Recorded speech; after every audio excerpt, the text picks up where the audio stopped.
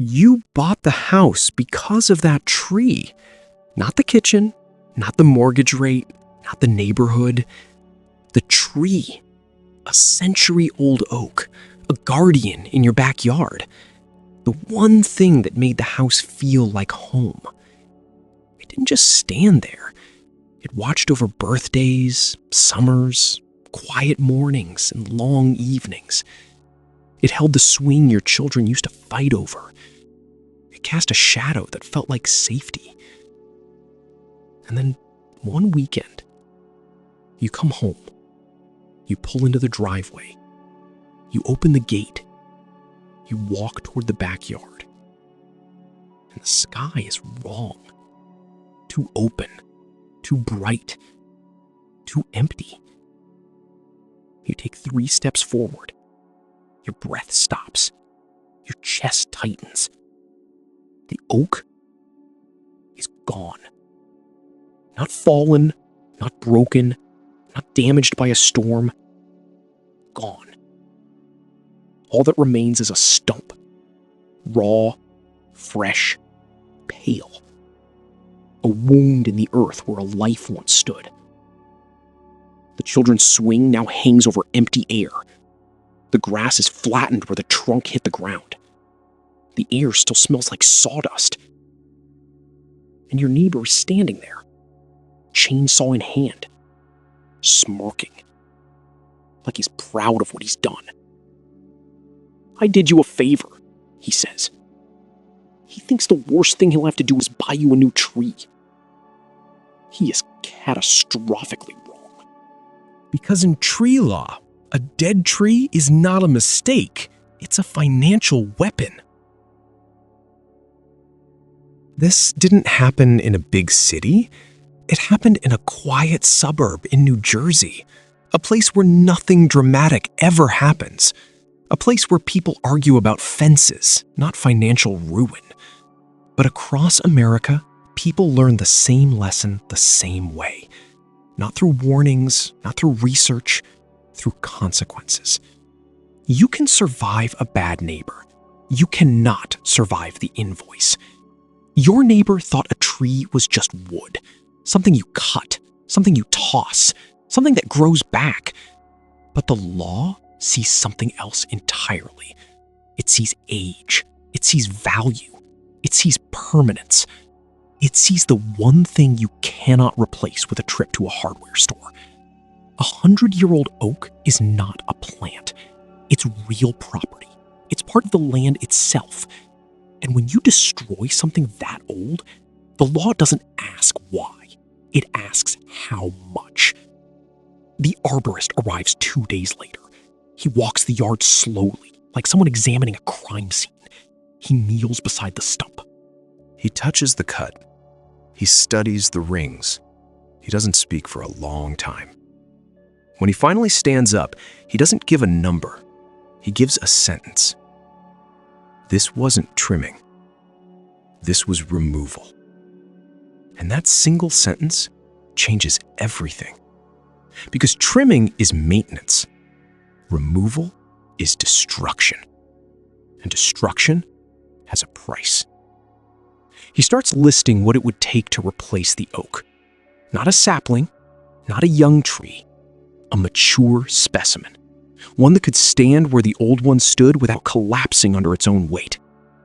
You would need cranes, specialized arborists, soil engineers, root ball transport teams, weeks of stabilization, months of irrigation, a tree grown on a farm specifically for relocation, a tree that costs more than most cars, $50,000, $60,000, $80,000. And that's before the legal system touches the case. The neighbor watches the arborist write notes. He doesn't understand the numbers. He doesn't understand the terminology. He doesn't understand the danger. He still thinks this is a dispute. He still thinks this is a conversation. He still thinks this is something 2 neighbors can settle over a fence. He has no idea that the moment the arborist signs that report, the situation stops being personal and becomes legal. And once the law enters the yard, it never leaves quietly.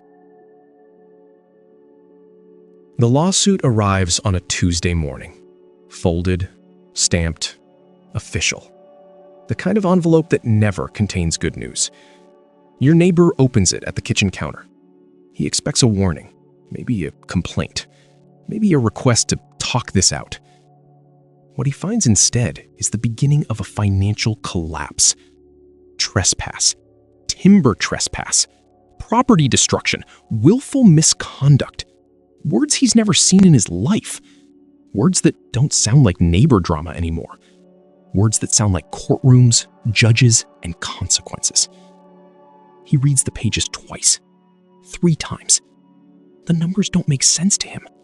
The terminology doesn't make sense to him. Nothing makes sense to him. He still thinks this is a misunderstanding.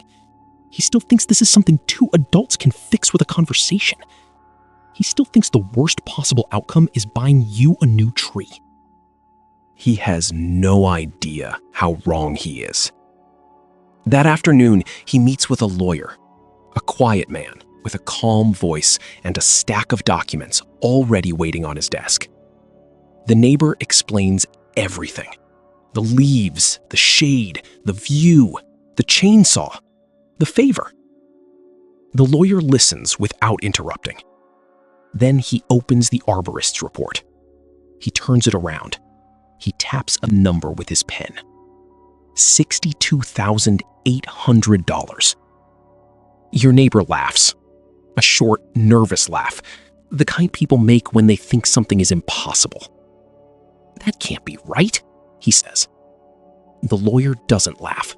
He doesn't smile. He doesn't blink. That's the replacement cost, he says. Before damages. The neighbor swallows. Damages? The lawyer closes the folder. He folds his hands. He delivers the sentence that changes everything. If the act is considered willful, the judge can apply treble damages. The neighbor stares at him. He doesn't understand the word.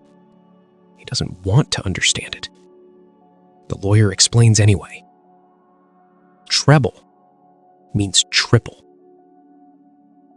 The room goes quiet. The air feels heavier. The neighbor's face drains of color. 62,000 becomes 188,000.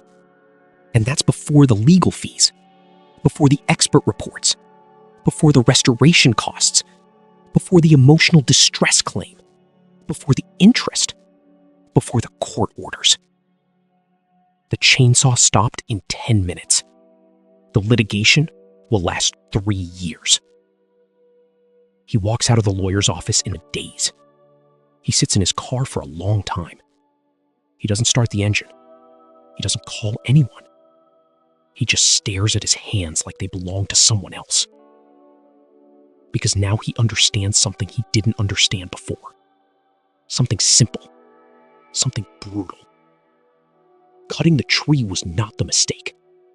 Thinking it was no big deal was the mistake.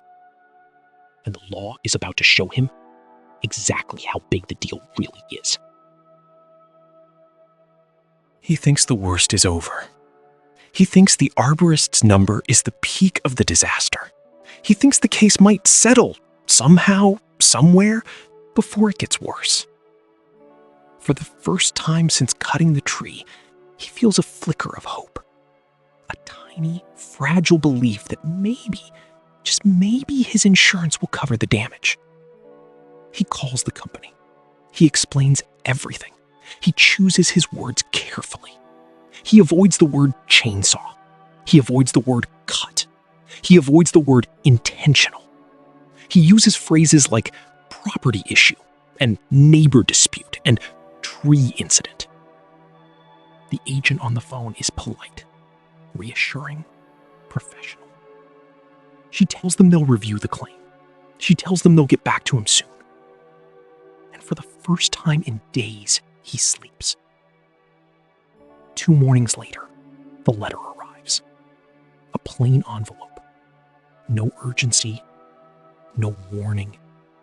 Just a single sheet of paper folded with bureaucratic precision. He opens it at the kitchen table. He reads the first line, then he reads it again.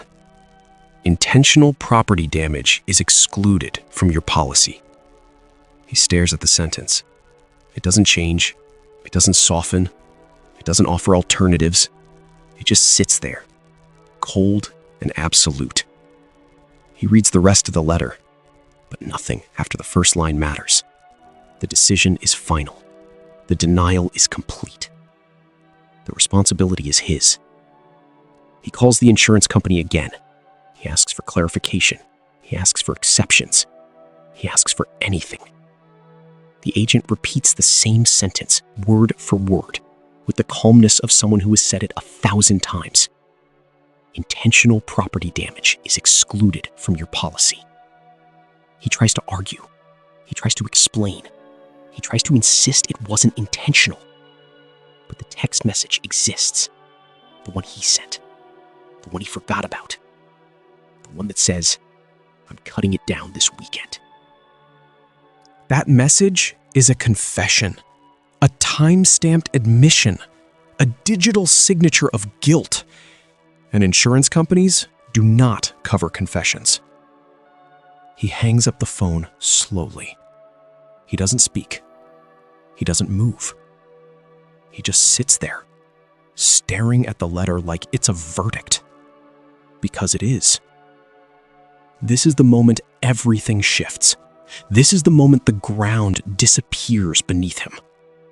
This is the moment he realizes he is not facing a problem. He is facing a collapse. No coverage, no settlement, no protection. Just the full weight of the law falling directly on him. And for the first time, he understands something he refused to see. Cutting the tree was expensive. But cutting the tree alone was catastrophic. The courtroom is full. Not packed, not chaotic.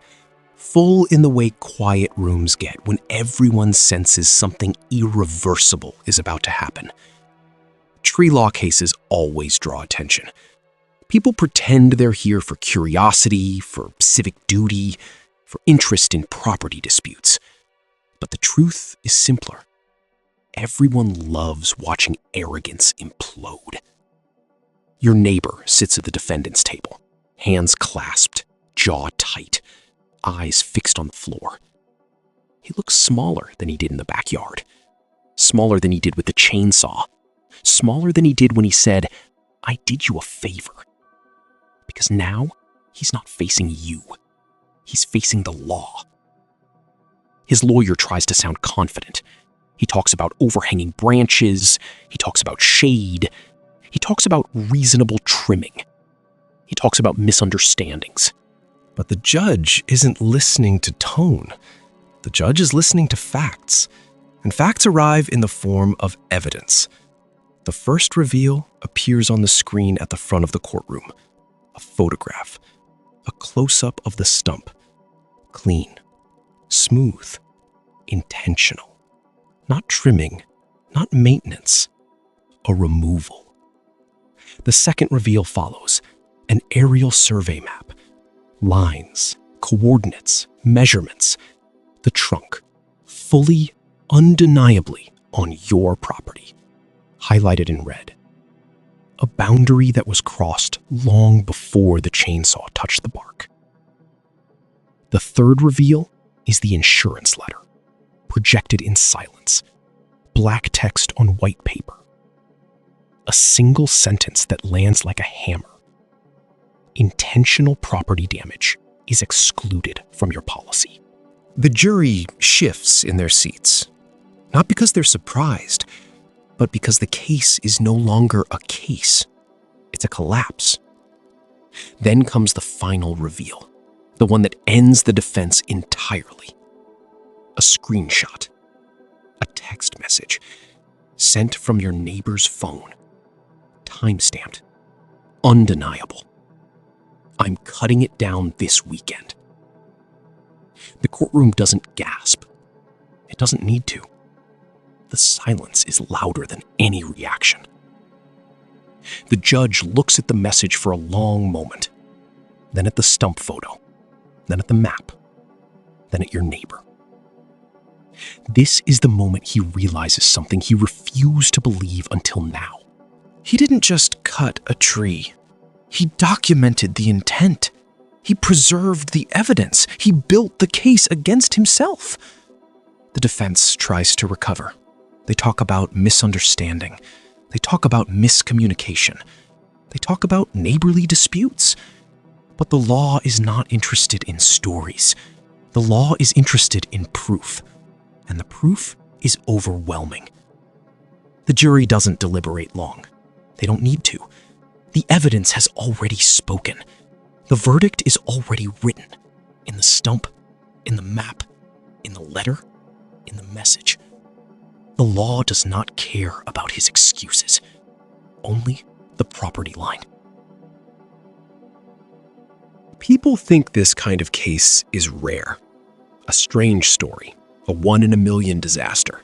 Something that happens to someone else, somewhere else, in a town they'll never visit. But tree law isn't rare. It's a pattern. A quiet, predictable pattern that repeats itself across the country with almost mathematical precision. It always starts the same way. A neighbor gets annoyed. Too much shade. Too many leaves. Branches that look messy, roots that might cause problems someday. And instead of talking, instead of researching, instead of understanding the law, they pick up a tool, a saw, a trimmer, a chainsaw. They think they're fixing a view. They think they're solving a problem. They think they're doing something small. But trees are not small. Not legally, not financially, not historically. A tree that took a century to grow carries a century of value, a century of presence, a century of weight. And when someone destroys that, the law doesn't see a neighbor dispute. It sees a violation of property rights, one of the oldest, strictest, most unforgiving principles in American law. That's why tree law is so brutal. Because it's not about the tree. It's about the boundary, the line, the invisible border that defines ownership, responsibility, and consequence. Cross that line, and the law stops being gentle. It stops being flexible.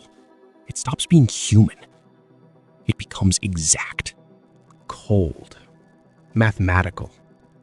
Replacement cost, restoration cost, expert fees, legal fees, treble damages, interest, liens. A chain reaction that starts with one cut and ends with a financial crater. And the saddest part? Every case follows the same emotional arc. First comes annoyance, then comes action, then comes denial, then comes shock, then comes collapse. Your neighbor isn't the first person to learn this lesson, and he won't be the last.